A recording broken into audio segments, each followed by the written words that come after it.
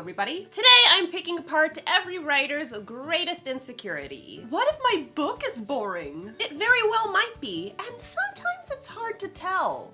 Actually, no, not really. There are some telltale signs that your book is an absolute snooze. The problem is a lot of writers don't know how to read into these signs, but that's where I come in. I'm telling you how to figure out if your book is boring so you can fix that shit real quick. Before we get started, I want to give a huge shout out to NovelPad, who has sponsored today's video. NovelPad is a super straightforward, super easy to use software that allows you to write your very own novel. It's not a normal word processing software. It is specifically geared toward the novel creation process. I went into NovelPad very skeptical because I've tried other novel creation software in the past and hated it. But NovelPad gets it right. It has all the features I was looking for without all the clutter and nonsense that I found in other platforms. Every feature of NovelPad is designed to help you remember what you were doing as quickly as possible and be one click away from writing at all times.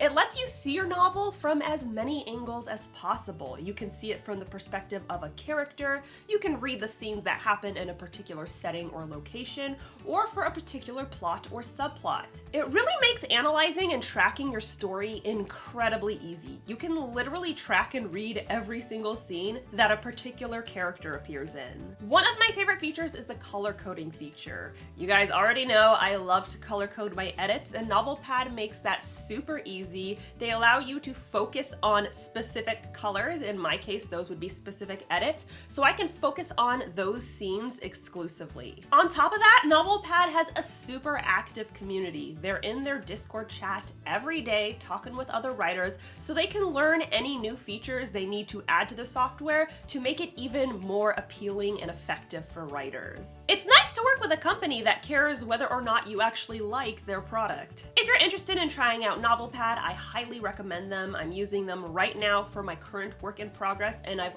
really been enjoying this software. You can try them out for a free 14-day trial. There is no credit card required, which means no risk. I've got it linked below. Try them out for free right now. And while you're here, be sure to subscribe to my channel and ring that bell. I post videos on Wednesdays. Sometimes I talk about tropes, sometimes I give writing advice, but all the time I'm here with my wonderful face and my expressive hands. And don't forget, my #1 best-selling dark fantasy romance, The Savior's Sister, is now available in audiobook. You guys have been hounding me for it, and it's here, so go pick it up. I've got it linked below. Check it out. And now let me break down the 10 reasons why your book is mega, super, ultra boring. Sorry, not sorry. #1, your book is slow. Pacing varies based on genre. Some genres naturally move slower than others. Some genres naturally move very, very quickly. Likewise, in most novels, there tends to be a mix of faster scenes and slower scenes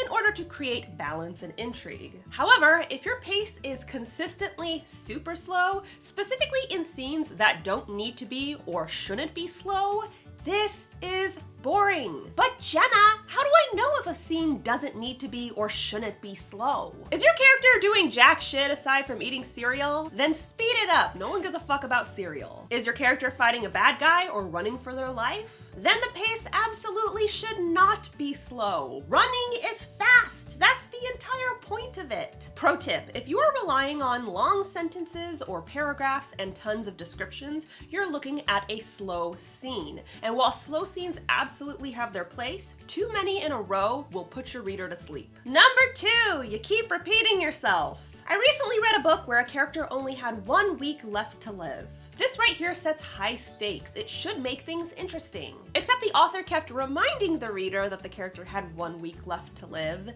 in every paragraph. I once counted 6 mentions on a single page. If you turned it into a drinking game, you would have died of alcohol poisoning before the chapter was over. Repetition has its place stylistically, and slight repetition can be useful to remind the reader of important events. But you don't gotta repeat the same shit over and over again. This caters to your dumbest reader, and if you write for dummies, you get a dumb book. For everyone else, the repetition is gonna make the book boring and a little offensive. #3, you've got too many info dumps. Info dumps, by and large, are not interesting. They should be few and far between. There are are some genres where info dumps are harder to avoid. You may inevitably have a couple. A couple info dumps are fine. An info dump every other page is boring. Typically, the content that most often gets info dumped is the world building, and that's a very lazy way to create your world. Instead of writing lengthy essays, you can show the world around your character as they experience it. And if they're not experiencing it, guess what?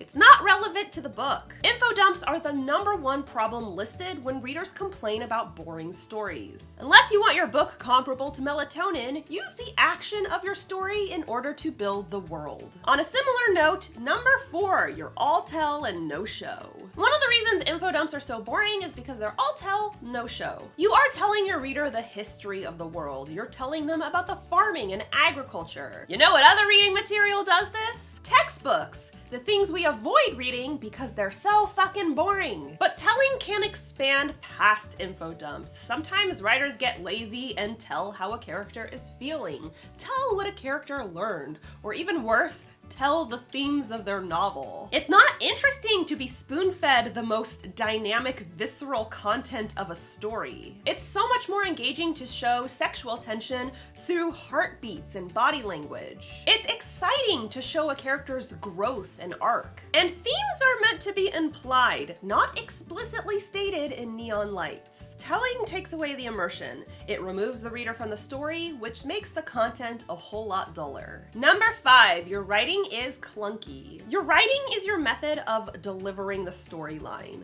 and clunky writing is kind of like displaying a perfectly cooked steak in a soggy paper bag. Not appealing, is it? So how can you tell if your writing is clunky? First of all, your sentences are structured the same, with the same format, syntax, and conjunctions. Second, you are relying too heavily on cliches. She was as free as a bird. He was gone in the blink of an eye. Third, there is no variety in sentence length. Longer sentences draw out the pace, shorter sentences quicken the pace, and you need a variety to keep things interesting. And lastly, your writing is too clinical. Many writers like myself prefer a straightforward approach, but there's a difference between clarity and being dry. Remember, writing is an art form. It's not only important to tell your story, but to tell it with finesse. #6, your characters are two-dimensional. It's not interesting to follow characters who don't feel like real people. Even the shallowest people have layers and personality. They have strengths and weaknesses. They have fears and vulnerabilities. Your characters need to be more than 1 or 2 notes. Characters are another one of the most common reasons stated when claiming a book is boring, because characters drive the story forward. And for a lot of readers, including myself, we are reading for the characters first and foremost. So if you can sum up your character's personality or role in 1 or 2 descriptors, that's a bad sign. #7, your characters don't develop. Not all characters need to develop throughout a novel because not all people develop through their circumstances. But a good chunk of your characters need to have some kind of arc, or at least a reaction to the plot's events. Depending on the genre, if all your characters remain static, it can be pretty boring. It's also unrealistic, especially if you're writing a high-stakes novel with life and death consequences. Yes, not everyone develops over time. Some people are stuck in their ways. But almost dying is probably gonna change people, I'm just saying. Pay attention to your characters. How do they change throughout the story, if at all? If they don't change, does it make sense to the circumstances, their background, or your thematic statements? Analyzing this will go a long way in making sure your story feels fresh and engaging. #8, you're too self-indulgent. It's great to be self-indulgent.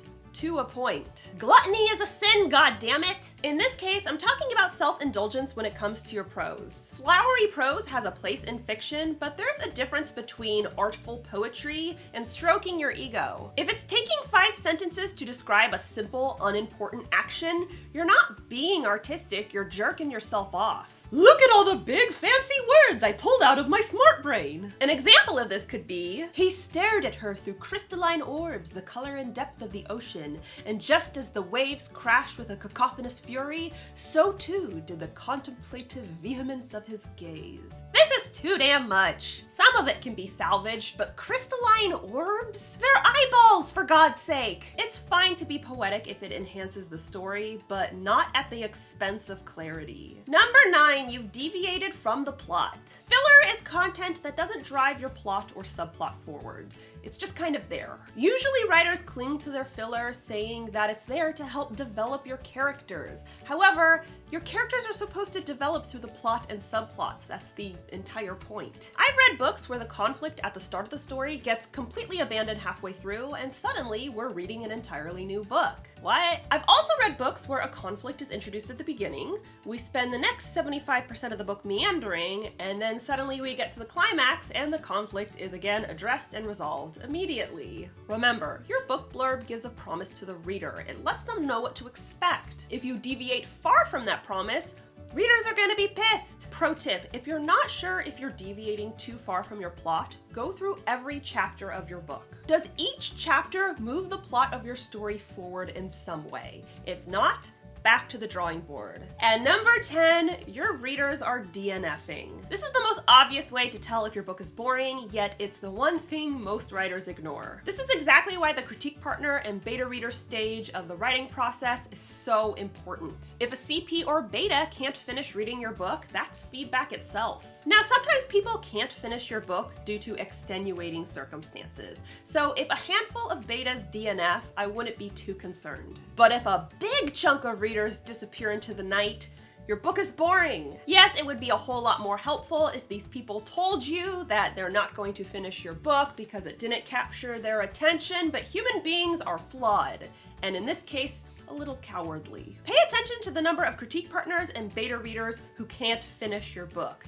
If close to half of them are DNFing, it's time to reassess some things. Your manuscript may be kind of dull, and you gotta fix that. So that's all I got for you today. Thank you so much to NovelPad for sponsoring today's video. If you want to check out a software that is specifically geared toward novelists, I highly recommend NovelPad. It's straightforward, it's intuitive, and it's super easy to use. You can get a free 14-day trial right now by clicking the link below. You don't have to enter in a credit card, so it is risk-free.